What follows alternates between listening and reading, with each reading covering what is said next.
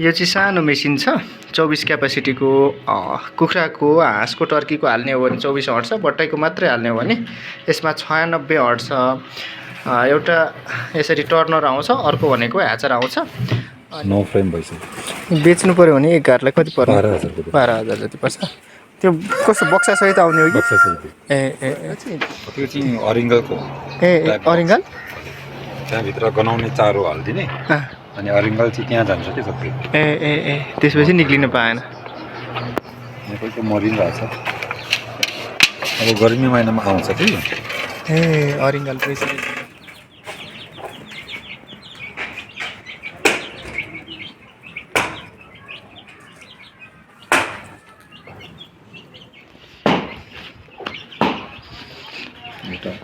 चिया त खानुपर्छ कहाँ खाउँ न हौ एउटा चिया त। हेलो नमस्ते साथीहरू, तपाईहरुलाई अबिराम इन्क्युबेटर एन्ड मेसिनरी च्यानलमा स्वागत छ। साथीहरू, यस च्यानलमा हामीले विभिन्न किसिमका पोल्ट्री जन्य ह्याचरी मेसिनहरू, सुकुटी मेसिनहरू सँगसँगै कृषककोमा गएर इन्क्युबेटर ह्याचरी मेसिन इन्स्टल गरेका भिडियोहरू प्रस्तुत गर्ने गर्दछौँ र विभिन्न किसिमका पोल्ट्री जन्य भिडियोहरू पनि पस्किने गर्दछौँ। आजको यस भिडियोमा हामीले चाहिँ एकजना पास्टर बाकोमा सानो मिनी इन्क्युबेटर इन्स्टल गर्दै गरेको भिडियो देखाउँदैछौँ। सँगसँगै उहाँले चाहिँ मौरी पालन गर्दै हुनुहुन्छ। एक घरबाट निकै राम्रो प्रोग्रेस गर्नुभएको छ मौरीमा, त्यो पनि तपाईले देख्न सक्नुहुनेछ, जान्न सक्नुहुनेछ। विशेष गरेर लोकल कुखुराले चाहिँ ओथारो बसेन भनेर चाहिँ उहाँले चाहिँ मेसिन हाल्नु भएको, किन भन्दाखेरि ओथारो हाल्यो भने दुईटा मात्रै चल्ला, चारवटा निकाल्ने त्यस्तो खालको भएको कारणले चाहिँ मिनी इन्क्युबेटर अटोमेटिक हाल्नु हुँदैछ।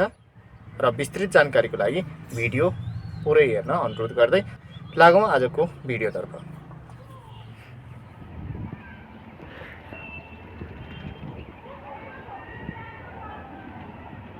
यो चाहिँ सानो मेसिन छ 24 क्यापासिटीको कुखुराको हाँसको टर्कीको हाल्ने हो भने 24 हर्ट्ज छ बट्टाइको मात्रै हाल्ने हो भने यसमा 96 हर्ट्ज छ एउटा यसरी टर्नर आउँछ अर्को भनेको ह्याचर आउँछ अनि चल्ला खस्ने डर्ने त्यस्तो केही पनि हुँदैन। यहाँ फ्यानहरू प्रोटेक्सन छ, इन्सुलेसन छ, बाहिरबाट विन्डो छ अनि त्यसपछि अन्डाहरू हाल्नु पर्यो र आर्द्रता टेम्परेचर हेर्नलाई यो मिटर आउँछ एसटिसी। बाँकी भनेको बत्ती 2-4 घन्टा जाँदैमा प्रब्लम चाहिँ आउँदैन। अनि भयो एकदमै पोर्टेबल छ, चलाउन पनि सजिलो छ, बत्ती कट्यो भने नआतिनी हैन। अनि अर्को भनेको आर्द्रता टेम्परेचर यो घरिघरि अन अफ भइरहेको छ, त्यो हुनै पर्ने हो। अनि मेन कुरा भनेको क्यान्डलिङ र सरसफाइ, त्यो कुरामा चाहिँ विशेष ध्यान दिनुहोस्। बत्ती कट्दैमा प्रब्लम चाहिँ आउँदैन। यसमा चाहिँ 37.8 डिग्री सेल्सियस यहाँ छ, 37.8 र 0.6 डिग्री सेल्सियसको कमी भयो भने भित्रको यसरी बलिराखेको हुन्छ। हजुरले हत्तपत्ती चलाउनु पर्ने अब केही पनि छैन, जस्ट अन्डा चेक गर्ने हो अनि आर्द्रता के कति छ भनेर मूल्याङ्कन गरेर यसो हेर्नु पर्यो कहिलेकाहीँ। 18 दिन भएपछि चाहिँ त्यो चेन्ज गर्नु पर्यो। 18 दिनपछि चाहिँ ह्याचरमा यो जालीमा राखिदिनु पर्यो। जालीमा राखेपछि चल्दा 21 दिनमा त पुरै निस्किन्छ। 21 देखि 22 अन्डालाई भाले लागेको जति चाहिँ निक्लिने भयो। भाले लागेको छैन भने कहिलेकाहीँ चाहिँ कुनैमा प्रब्लम आउन सक्छ। हो, त्यसलाई चाहिँ कहिलेकाहीँ हेल्प गर्नुपर्ने हुन्छ, होइन भने सितिमिति हेल्प गर्नु पर्दैन। अस्ति मेरो एउटा बिउ भाले एउटा मात्रै थियो, पोल्ट्री 8वटा जति थियो।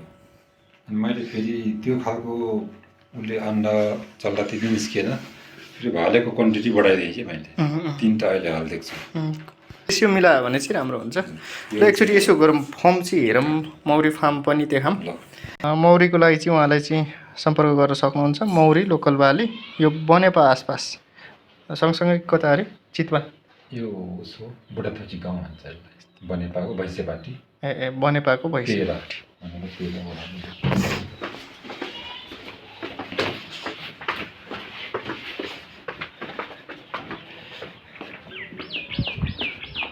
अहिले मौरी चाहिँ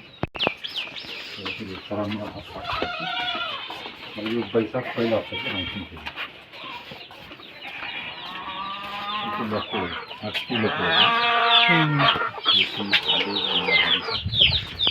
बनाएको चल्ला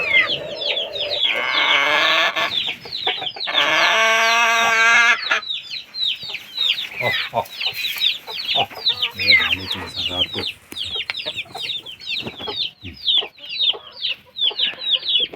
कुन जातको भाले हो यो जात पनि मलाई थाहा होइन कति ठुल्ठुलो खालको यो 2 2.5 देखि 3 किलो छ 3 किलो 200 छ यो तपाईँको मैले मगाएको यो इलामबाट ए पहाडतिर चाहिँ ठुल्ठुलो खालको हुन्छ भनेर भन्छ नि त्यो उसमा चाहिँ के ओथार राख्नु भएको हो हो फुल पर्ने ए यो पनि निकै बच्चा हो यो भर्खर निस्क्यो अब 5 वर्ष मात्रै निकाल्दैन यो त गिरिरहेको हो कि त्यही नै हो त्यही यिनीहरूकै जन्मको बच्चा धेरै पुरानो रहेछ यो भाले त यो 1 इयर भइसक्यो लगभग हुन लाग्यो एउटा ओथारो बसेको छ यता ओथारो बसेको छ यसकै छोरो हो त्यो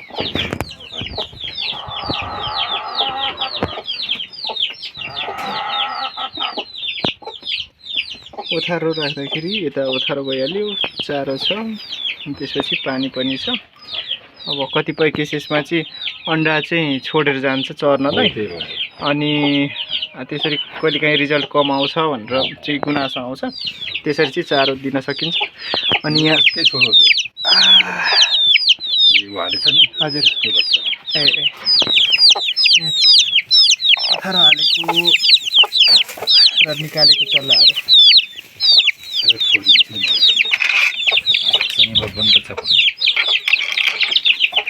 अब यो 3 हप्ता हुन लागेको छ यो दुईटा मात्रै एउटा निकाल्यो थुप्रै छ भइहाल्यो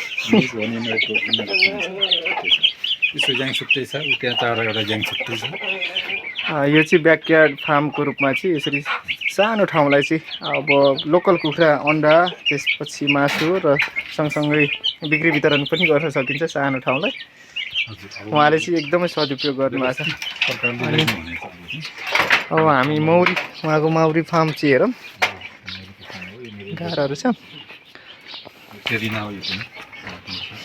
मैले चाहिँ जात चाहिँ चिन्दिनँ सेरिना भन्दै हुनुहुन्छ मैले यसपालि चाहिँ एक घर राखेर हजुर मैले यहाँ टेस्ट गरेको अब यो मैले 7 घर बनाइसकेँ ए एक घरबाट 7 घर 7 घर बनाइसकेँ यो डेट लेख्नु कारण यो चाहिँ मैले यो छुट्टाको विभाजन गरेको डेट हो 24 गते अब यदि रानी बनाउँछ सेल बनाउँछ त्यसको हिसाब किताब निकाल्नलाई मैले त्यसरी सक्यो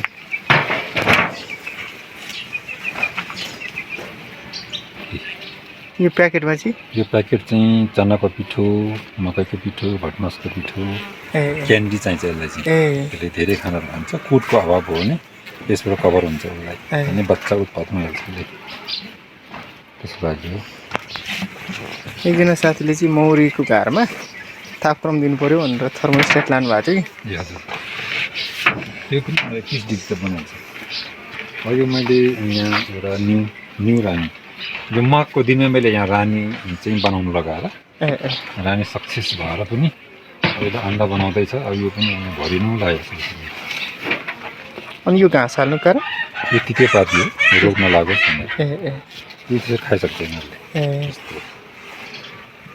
अब यो पनि ठ्याक्कै 3 घर हुन्छ तिनवटा बनायो भने पनि 3 घर बन्छ यो ठ्याक्कै 9 फ्रेम भइसक्यो बेच्नु पर्यो भने एक घरलाई कति पर्छ 12,000 जति पर्छ त्यो कस्तो बक्सासहित आउने हो कि बक्सासहित बक्सासहित नि 12,000 बक्साकै पर्छ 4,000 मैले त अनि सामान्य मान्छेले राख्न सक्छ ट्रेनिङ चाहियो भने यो बेसिक ट्रेनिङ चाहिँ सिक्नै पर्यो हैन त्यसलाई अब कोही घर त ऊ पनि जस्तो रहेछ बेसिक ट्रेनिङ चाहिँ कस्तो के गर्नुपर्ने हुन्छ अब मौरीको घर कसरी खोल्ने कसरी राख्ने कसरी हेर्ने भन्ने बारेमा जान्नु पर्यो अब यो मुख्य चाहिँ यसको रानी बनाउने चाहिँ हाई लेभलको ट्रेनिङ भयो त्यो चाहिँ अलिक 15 दिन 20 दिन लाग्छ मैले चाहिँ सबै गर्छु म चाहिँ सबै गर्छु यसरी चाहिँ अब यो पोहोरको साल चाहिँ थिएन यो अहिले चाहिँ मैले यसलाई पनि उत्पादन गराएको छु सेरिना लोकल यहाँ यो चाहिँ तराई लानु पर्दैन यहीँ चल्छ यो चाहिँ तराईमै बिग्रिन्छ यो चाहिँ फेरि गर्मीले अनि यही नै हुने हो, यसले चाहिँ कहीँ बोकेर हिँड्नु परेन। यो घारको साइज सानो सानो रहेछ नि कुकुर। यो सेरिना भन्छ यसलाई, ए साइज यसको हो, यो ओल वाइट साइज हो, यो साइज यस्तो हुन्छ यसको। यो चाहिँ सानो मौरी पनि सानो, हाम्रो पहाडिया मौरी हो चाहिँ। ए यसले चाहिँ मह धेरै दिँदैन, यो चाहिँ मौरी बिक्छ, 12,000को दरले बिक्छ यो पनि। यो चाहिँ मौरी बिक्ने हो प्रायः यसको चाहिँ। मैले 2 घर लिएर 30 घरसम्म बनाएँ यसलाई। कति वर्ष लाग्ने रहेछ 2 घरदेखि 30 घरसम्म हुन? 30 घर बनाउनलाई मैले लगभग 6 महिनाभित्र बनाएँ। ए 6 महिनाभित्र हुनु रहेछ? त्यसरी बनाएँ। अनि उत्पादन बेच्ने गर्नु पनि भएको छ? मह चाहिँ मान्छेले लान्छन्, तर मलाई धेरै धेरै अर्डर छ कि, 50 घर 100 घर माग्छन्। त्यसको लागि मैले अहिले बढाउँदैछु। यो पनि जात हुँदो रहेछ, कोही हिँड्ने एकदम छुचो जात हुँदो रहेछ। त्यही कारणले यो जात चाहिँ मैले राम्रो भेट्टाएर चाहिँ यसले चाहिँ मलाई धेरै दुःख दिन्छ। यसमा चाहिँ धुवा गरेर चाहिँ त्यो चाहिँ अरिङ्गलको। अरिङ्गल त्यहाँभित्र गनाउने चारो हालिदिने, अनि अरिङ्गल चाहिँ त्यहाँ जान्छ कि सबै। त्यसपछि निक्लिन पाएन। यहाँ कोहीको मरिरहेछ, अब गर्मी महिनामा आउँछ कि। अरिङ्गल यहाँ पसे नै निस्किन सक्दैन, भित्रै मर्छ।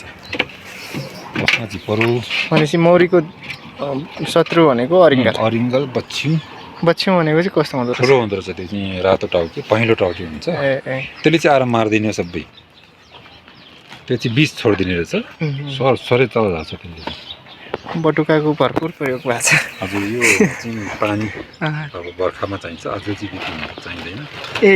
यसैमा पानी हालिदिने अनि पानी खाने? पानी हालेपछि तपाईँको सट्ट यहाँ कमिला जाँदैन, यहाँ पानी कटेर माथि आउँदैन। अब यो त पुरै युज हुने हो पछि। म त यहाँ यसको खुट्टा गाडीको खेउती भएर राख्नु होला भन्ने कामै गर्छ यसले, सत्तल नै गाडिँदैन, अनि पानी भरिराख्ने हो।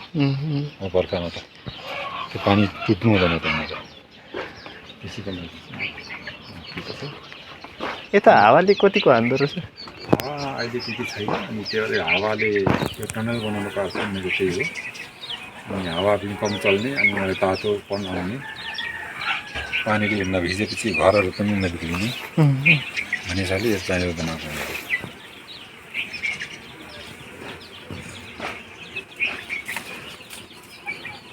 त्यसरी चाहिँ यो मौरीलाई चाहिँ अब यो एउटा हाम्रो देशको एउटा अर्ग्यानिक चिज छैन, हजुर, गर्नुपर्छ भनेर नयाँ काम गरेर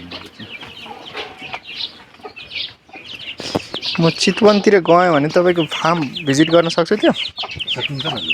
चितवन ठ्याक्कै कुन ठाउँ भन्नु? चितवन अहिले अब त फर्किने लाग्यो मौरी होइन। हजुर,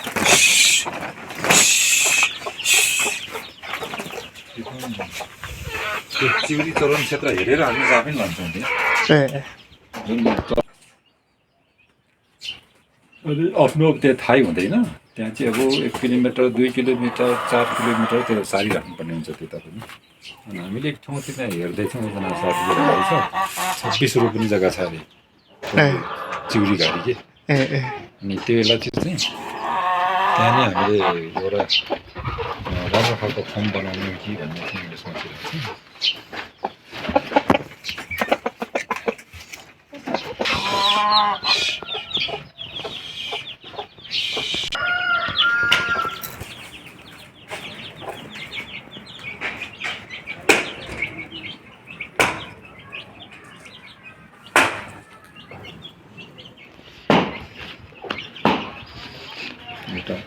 चिया त खानुपर्छ, खाउँ न हौ एउटा चिया त।